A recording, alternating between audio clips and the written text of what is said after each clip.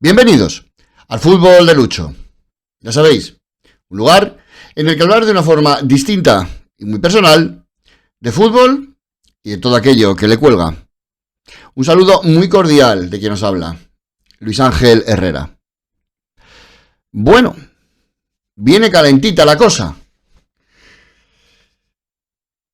Interesante, inesperado quizás alguno de los resultados, lo que se ha dado durante esta jornada del Campeonato Nacional de Liga, y que además viene lo que viene para a partir de mañana, una nueva jornada de Copa de Europa. Hemos visto cómo el Fútbol Club Barcelona ha goleado al Real Betis. Hemos visto cómo el Real Madrid ha dado otro ejemplo de vergüenza frente al Real Club Celta de Vigo en el Bernabéu, con esa derrota por 0-2. Y hemos visto cómo nuevamente el Atlético de Madrid ni está ni se le espera en lo que a partidos como visitante se refiere. Porque si bien, al menos durante la primera parte, en el encuentro que finalmente se saldó con derrota por 1-0 de los rojiblanco madrileños frente al Bilbao, se espera mucho más de un equipo que ha venido realizando un fantástico mes de noviembre con pleno de victorias, tanto en Liga como en Copa de Europa, y que si consideramos puede ser candidato a pelearle la Liga a Barcelona y Real Madrid, desde luego se espera mucho más que lo que se vio el pasado sábado en San Mamés. Pero bueno, hablaremos ahora mismo de lo sucedido en Bilbao. Comentaremos también una pequeña previa del encuentro que nos espera frente al PSV Eindhoven mañana en Holanda. Pero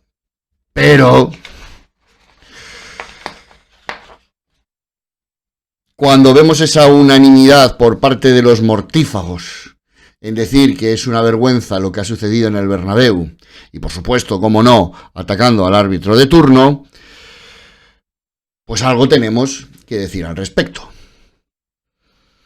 Porque ¿para qué van a hablar de una nula planificación deportiva? ¿Para qué van a hablar de un desastre en la forma física?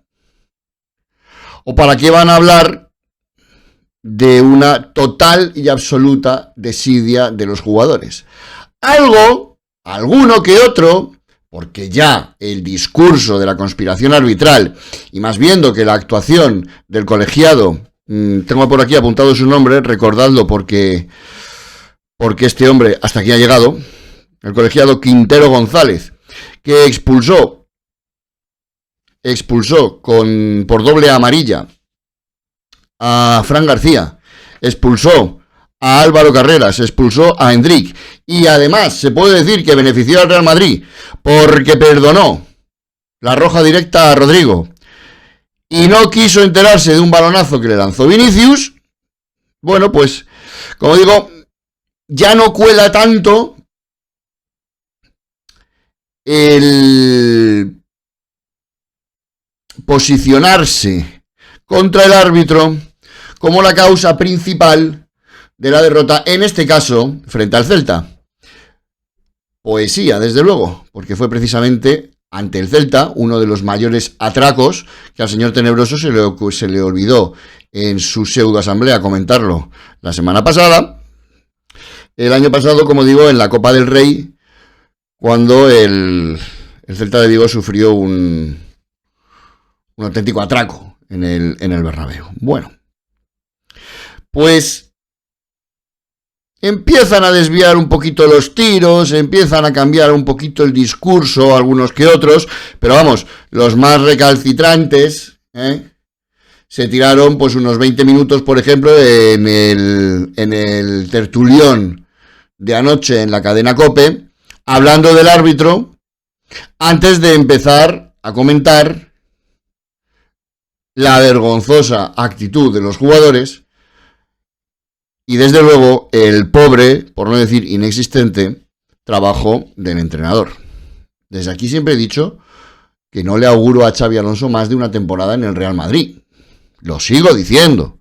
Y puede que me equivoque, anda que no queda liga. Pues por supuesto que sí.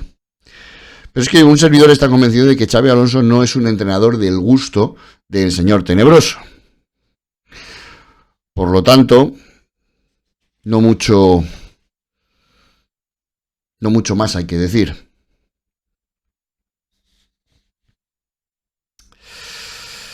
Como os digo, escuchar, pues ya sabéis, ¿no? A los típicos, a Monchito Pedrerol, los razonamientos que utiliza hablando del arbitraje, escuchar a Roncero decir que fue un arbitraje tendencioso y negreirizado, ver la foto de portada de Las, que bajo el titular El Día de la Bestia ilustra la misma con una foto del colegiado rodeado por los jugadores del Real Madrid. Que vamos a comentar de mortífagos premium, como pueden ser María Trisac, Alfredo Duro, Ciro López, que si bien te esbozan una pequeña crítica, en el caso de María Trisac, siempre, desde el minuto 1, sin que ni siquiera hubiera debutado, dirigida a Xabi Alonso, porque ha cometido, pecado mortal, la auténtica desvergüenza de enfrentarse a Vinicius. Como digo, Ciro López diciendo que el arbitraje fue civilino, pero a pesar de lo que todos han rebuznado, no han tenido más remedio que comenzar a criticar la actitud de los jugadores y, como muchos llevan haciendo, la aptitud del entrenador. Pero aquí nadie habla de la planificación deportiva, que ya sabemos en el Club de Concha Espina quién la realiza. Aquí nadie habla del trabajo que se realiza día a día con los jugadores en lo que a lo físico se refiere, y ahí tenemos el estado en el que se encuentra principalmente la defensa del Real Madrid. Y aquí nadie habla de la gestión del día a día de la plantilla, que si bien quizá no sea la más adecuada o la más acertada por parte de Xabi Alonso, esto viene motivado por tener a unos auténticos niñatos consentidos en el vestuario del Real Madrid. Y ya sabemos quién es el culpable de esto. Porque se podrían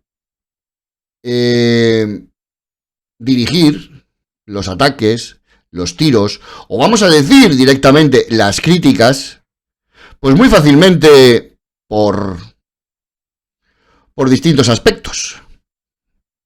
Como os digo, para mí fundamental la planificación deportiva, incluyendo el fichaje de un entrenador al que creo que todos estamos de acuerdo, esto le venía grande desde el primer momento. Pero ¿habéis oído a alguien criticar que se han gastado 65 millones de euros en un tío al que se fichó? Literalmente, porque metió un buen gol de rebote en el Clásico argentino. Porque ¿cuál está siendo el rendimiento de Franco Mastantuono? Yo creo que las estadísticas están por ahí. Pero 65 millones de euros. ¿Vale eso este jugador? ¿Alguien ha dicho algo de eso? Es que se supone atacar directamente la línea de flotación del proyecto deportivo, que ya sabemos quién es el que lo realiza en el Real Madrid. El Real Madrid no ha intentado, no ha sabido, pero es que ni siquiera ha intentado cubrir bajas tan importantes como las de Toni Kroos o Luka Modric. ¿Estamos de acuerdo? Son jugadores prácticamente insustituibles, pero el Real Madrid ni siquiera lo ha intentado. Y jugadores a los que se les supone que tienen que dar un paso adelante, como Jude Bellingham, exactamente dónde están.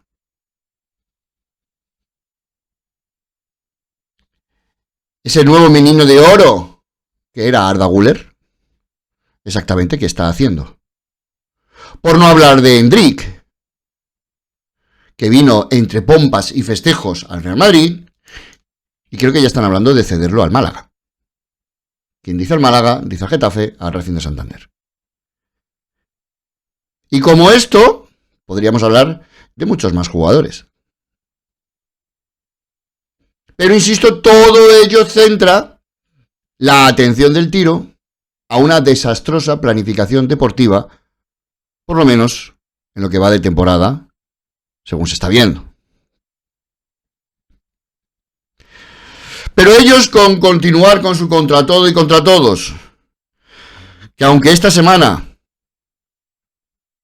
por la lógica de las imágenes, no tienen mucho clavo ardiendo al que abrazarse, pero aún así lo hacen, ellos con eso tienen suficiente.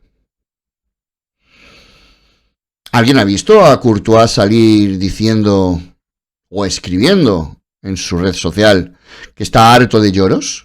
Como dijo en su día refiriéndose al Atlético de Madrid. Más que nada porque es otra semana el principal planteamiento de defensa del Real Madrid, empezando por su entrenador, que fue lo primero que dijo en rueda de prensa: el árbitro ha sido muy malo. ¿Alguien puede explicar qué hacía Dani Carvajal en la zona de banquillos, en el área técnica, cuando se sabe perfectamente que un jugador que no ha sido convocado, y él no lo ha sido debido a su lesión, ¿qué pintaba ahí? Más que nada porque Dani Carvajal, imagino que le caerá una sanción ejemplarizante, tanto a él como al club, puesto que en el acta redactada por el colegiado, este pitufo gruñón hormonado le dijo que básicamente que vaya nivel tenéis y que luego venís llorando en las ruedas de prensa, en referencia a lo sucedido en la rueda de prensa previa a la final de Copa del Rey del año pasado. Porque aquí este carnicerito con ínfulas de matón del 3 al cuarto parece tener todo, absolutamente todo permitido. Ya no solo el lesionar a compañeros cuando se viste de corto, sino también el ejercer de porterito de discoteca cuando está lesionado y ni siquiera puede estar en ese área en la que se encontraba. Pero bueno, contra todo y contra todos, ya sabéis, ¿qué os vamos a decir? Cambiando de tema y hablando ahora del Atlético de Madrid, como digo, es muy difícil explicar y sobre todo comprender, y ya no solo mirando la categoría de los rivales, el porqué de ese desastroso rendimiento en los partidos fuera de casa del club rojiblanco, tanto en Liga como en Copa de Europa. Si bien el Metropolitano es un fortín, no puedes aspirar a pelear por algo serio en la competición doméstica cuando de 24 puntos posibles has hecho 9. Derrotas como la que sucedió la semana pasada en la jornada adelantada frente al FC Barcelona o frente al Athletic de Bilbao en San Mamés pueden formar parte de lo aceptable dada la entidad de los rivales. Pero es que nos está pintando la cara cualquier equipo al que rendimos visita. Y así difícilmente podemos aspirar a algo serio.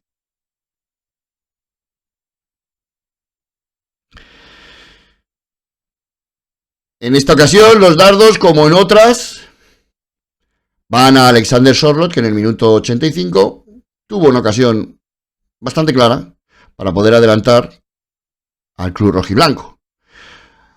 Justamente en la jugada siguiente, a la amarrada por el delantero noruego, Berenguer adelantaba al Bilbao en el marcador. A ver si ahora va a ser Alexander Sorloth el culpable de las derrotas del Atlético de Madrid o de la actuación del Atlético de Madrid fuera de casa. Porque creo yo que a lo mejor ya podemos empezar a plantearnos abrir el melón de Julián Álvarez y de cómo está Julián Álvarez de un tiempo a esta parte. Los que más o menos, no voy a decir que sepamos o entendamos, sino que llevamos mucho fútbol visto, sabemos que para este tipo de jugadores la segunda temporada suele ser la peor. Los números de Julián Álvarez el año pasado fueron extraordinarios. Nada que ver con lo que está sucediendo en esta temporada. ¿Y por qué? ¿Se le ha rodeado de jugadores mediocres? Pues hombre, más bien todo lo contrario. Se ha reforzado la plantilla, fundamentalmente con un nombre como es el del bueno de Baena. ¿Se le han quitado jugadores con los que jugaba el año pasado y se entendía? Nada de eso. ¿Ha variado su posición en el campo? Uno entiende que no, aunque sí que en ocasiones le ve bajar más para intentar participar más del juego de ataque. Entonces, ¿cuál es el problema con Julián? ¿Tenemos que empezar a pensar en cosas extradeportivas como nos ha sucedido en tantas otras ocasiones? Pues no lo sé porque no tengo la respuesta. Pero sé que este año hay mundial. Sabemos cómo son los argentinos con el tema del mundial, con el tema de su selección. Pero si los tiros fueran por ahí, Julián Álvarez no tiene que olvidar a quién se debe y con quién tiene que demostrar rendimiento. Insisto, todo esto es un hablar por no callar, porque un servidor quiere entender las cosas. Y si no se lo explican, pues las tendré que elucubrar. Pero lo único que sé es que el Julián Álvarez de estos últimos partidos, de estas últimas semanas, no es ni de lejos el Julián Álvarez que vino al Atlético de Madrid y cuyo rendimiento aquí ha quedado más que demostrado. Está claro que luego otros jugadores pues atraviesan momentos mejores o peores. Está claro que se tiene que notar cuando se lesiona Baena, cuando te falta Llorente, cuando Sorloth está con la pólvora mojada, cuando Griezmann no es tan definitorio como ha sido en otras ocasiones, cuando a Giuliano se le apagan las ideas, puesto que los rivales también te estudian y también aprenden cómo jugarte. Pero el Atlético de Madrid tiene una plantilla más que de sobra para poder solventar encuentros como el del pasado sábado en Bilbao. Y no vamos a hablar del de Barcelona, donde el marcador estampa una superioridad que a mi modo de ver no existió. Porque el Atlético de Madrid jugó una gran parte de la segunda mitad siendo un equipo superior sobre el papel al FC Barcelona, pero no lo demostró. Una ocasión de Almada, una ocasión, no recuerdo si de Griezmann, de Antoine Griezmann, y poco más. No hubo presión. No se le jugó como se sabe que se le tiene que jugar al FC Barcelona. Y no se defendió como se sabe que se le tiene que defender al FC Barcelona. Uno quiere pensar, y estoy seguro de ello, que los entrenadores y sus cuerpos técnicos formados por legiones de técnicos supuestamente entendidos en fútbol, estudian los partidos, estudian a los rivales. El fútbol no es una ciencia exacta, y eso no quiere decir que te vaya a garantizar el éxito el saber cómo juega un rival, pero sí al menos que se plasme en el campo, que tienes una ligera idea de lo que tienes que hacer y sobre todo de lo que no tienes que ejecutar. Y el Atlético de Madrid, si bien realizó unos 15 o 20 minutos en la primera parte muy aceptables. A mi modo de ver, dejó escapar vivo al Fútbol Club Barcelona. Y como digo, sobre el papel, cuando empiezas la liga y ves el calendario, el Nou Camp, San Mamés, son estadios en los que te puedes permitir dejarte puntos. Pero visto lo visto durante los partidos que hemos visto esta semana del Atlético de Madrid, uno piensa que no nos hemos dejado esos puntos, sino que directamente los hemos regalado. Mañana tenemos un encuentro complicado. En primer lugar, porque para el Atlético de Madrid todos los que son fuera de casa suponen un desafío. Y en segundo lugar, porque nos encontramos con un equipo verdaderamente rocoso, verdaderamente difícil de jugarle. Un equipo que juega al ataque con una alegría impresionante, que se lo pregunten al Liverpool o al Nápoles. 6 goles se llevaron los italianos. Un 1-4 recibió el Liverpool en Anfield. No estamos hablando de unos matados. Estamos hablando de un equipo que tiene verdaderos jugadores conocidos, como pueden ser Serginho Dest, Mauro Junior, Perisic, y de un equipo que tiene verdaderas promesas, especialmente del medio campo para adelante, como puede ser Gustil, centrocampista holandés, como puede ser Saibari, el centrocampista atacante marroquí, o como puede ser Driobec, que suele ser utilizado generalmente como revulsivo por parte de Peter Bosz, pero que además tiene gol. Por lo tanto, si a estos nombres, Perisic hasta hace 2 días estaba lesionado, pero parece ser que junto con Mauro Junior puede ser mañana de la partida inicial del PSV, añadámosle a otros nombres que están realizando una gran campaña, como puede ser Denis Mann, como puede ser Ricardo Pepi, y que aunque tú que me estás viendo, si es que hay alguien al otro lado, no sean nombres que conoces, sí que te puedo asegurar que están protagonizando una gran temporada. De hecho, el PSV es uno de los líderes más solventes de todas las ligas europeas. Sobre 15 partidos, ha ganado 13, ha empatado 1 y ha perdido 1. Y en la Copa de Europa, únicamente está un punto por debajo de nosotros. Es decir, con condiciones reales, a pesar de que en su calendario futuro tiene auténticos cocos como el Newcastle y el Bayern Múnich, además del Atlético de Madrid, tiene opciones reales y matemáticas de poder entrar entre los 8 primeros. Poca broma con eso. Es un equipo que verdaderamente materializa en el campo el trabajo del veterano Peter Bosz. En su tercera temporada demuestra ser un equipo de autor en el sentido del ataque continuo y más cuando ejerce como local que este equipo aplica. A este equipo no le importa que le metas 2, 3, 4 goles. Porque este equipo te va a ir a buscar meterte 5 o 6. E insisto que se lo pregunten al Nápoles o al Liverpool. No estamos hablando de equipitos de tercera categoría del fútbol europeo. Todo lo contrario. Y sobre todo, si hay algo que se puede tener claro desde que la Copa de Europa tiene este fabuloso formato, es que aquí ya no quedan tontos. Y es que cualquiera te complica la vida. Y el PSV no es un cualquiera. El PSV es un equipo histórico. Pero ya no estamos recurriendo solo a la historia para advertir sobre el peligro que nos vamos a encontrar mañana, sino, como ya hemos dicho aquí, a hechos y nombres muy concretos.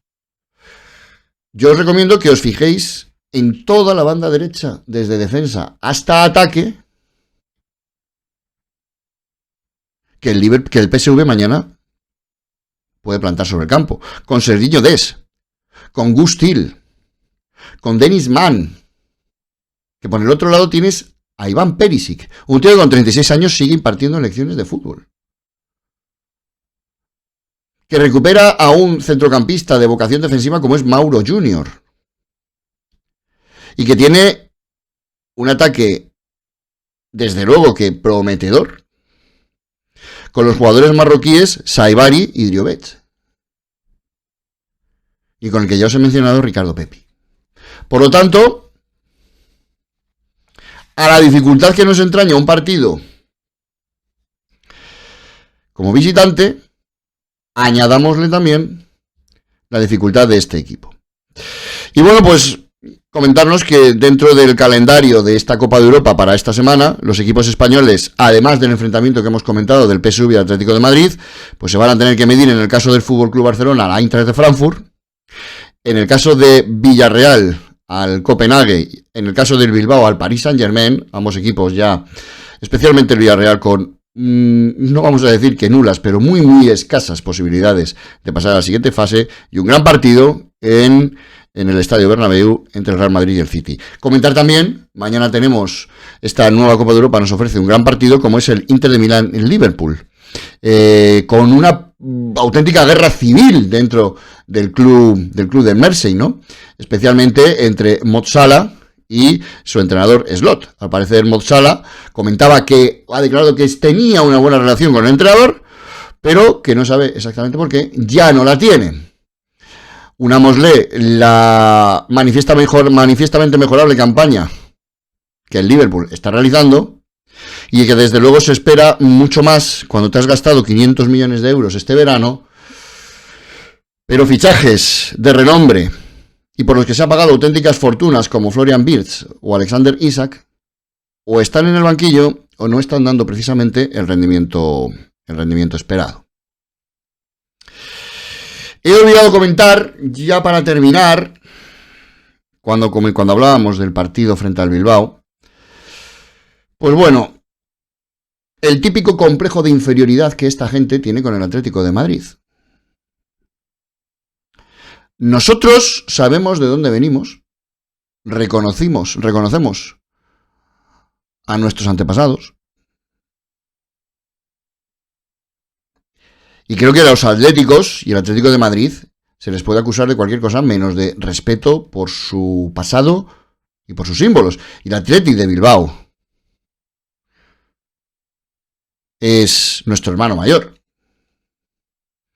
Pero uno no se explica, salvo por otro tipo de motivos, esa auténtica animadversión, por no decir odio, del Bilbao hacia todo lo que representa el Atlético de Madrid. Desde de la manera institucional, esa auténtica pataleta o ese chiste fácil que hace el Atlético de Bilbao, poniendo e ilustrando con el antiguo escudo del Atlético de Madrid, más conocido como logo, el resultado, la victoria por 1-0, sino también el de los aficionados. Ha pasado desapercibido un gesto al final, casi en los últimos minutos, de Coque hacia el árbitro, señalándole a la grada y a todos los cánticos que se estaban realizando contra el Atlético de Madrid, contra España, lo habitual por esas latitudes. Los complejos de inferioridad tienen difícil tratamiento, sobre todo cuando, chico, deportivamente está claro que eres inferior, a pesar de la victoria que has conseguido hace 2 días. Claramente eres inferior. Créeme que es mejor asumirlo e incluso alegrarte, puesto que alguien que lleva tus genes es un club referente en el fútbol nacional y, por qué no decirlo, también internacional. Pero ya digo, esto es algo, este odio visceral, que viene desde tiempos inmemoriales, hacia el Atlético de Madrid desde esas latitudes vascongadas. Y me viene a la cabeza, al comentar esto, que tal día como hoy, hace 27 años, sí, 27, Aitor Zabaleta, seguidor de la Real Sociedad, fallecía en los exteriores del estadio Vicente Calderón como consecuencia de los incidentes que tuvieron lugar en la previa al enfrentamiento de Copa de la UEFA entre el Atlético de Madrid y la Real Sociedad. Hoy, como suele suceder cada año, en su perfil de la red social X o Twitter o como se llame, Arnaldo Otegi escribía hace escasamente una o 2 horas. 27 años desde que los fascistas te mataron en Madrid. 27 años contigo, recordando a Aitor Zabaleta. Ante el fascismo de ayer y de hoy, no te olvidamos. Arnaldo Otegi militó desde 1981 en ETA, fue encarcelado en varias ocasiones por cargos, entre otros, como el de secuestro. Y entre 1995 y 2005 fue parlamentario por Herri Batasuna y Euskal Herritarrok, que fueron declarados ilegales por estar bajo la tutela de ETA. Insisto, condenado, entre otros cargos, por secuestro. Parafraseando al entrañable Forrest Gump,